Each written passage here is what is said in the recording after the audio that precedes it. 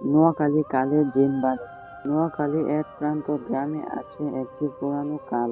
লোকেরা বলে কালের পাশে এক সময় নৌকা ডুবে অনেক মানুষ মারা গিয়েছে।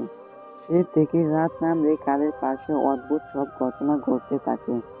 গ্রামের মানুষ বলে মাঝ রাতে যদি কেউ কালের পাশে হাঁটে, হঠাৎ করে পেছন থেকে ডাক শোনা যায়। ডাকটা হয়তো খুব কাছ থেকেই আসে, কিন্তু ঘুরে তাকালে কাউকে দেখা যায় না।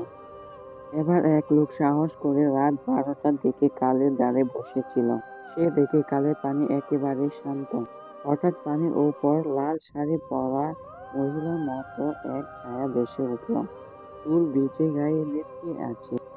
সে ধীরে ধীরে লোকটার দিকে তাকিয়ে মুচকি হাসছে। লোকটা ভয়ে দৌড়ে পালায়, কিন্তু বাড়িতে এসে ঠিক থাকতে পারেনি। কয়েকদিন জ্বরে ভুগে অচেতন হয়ে পড়েছিল। গ্রামের বয়স্করা বলল ওখানে জিন বাড়ি আছে, তাই রাতের বেলা কেউ যায় না। আজও ওই কাল ধারে সন্ধ্যাবেলা নাকি লোকজন যেতে ভয় পায়।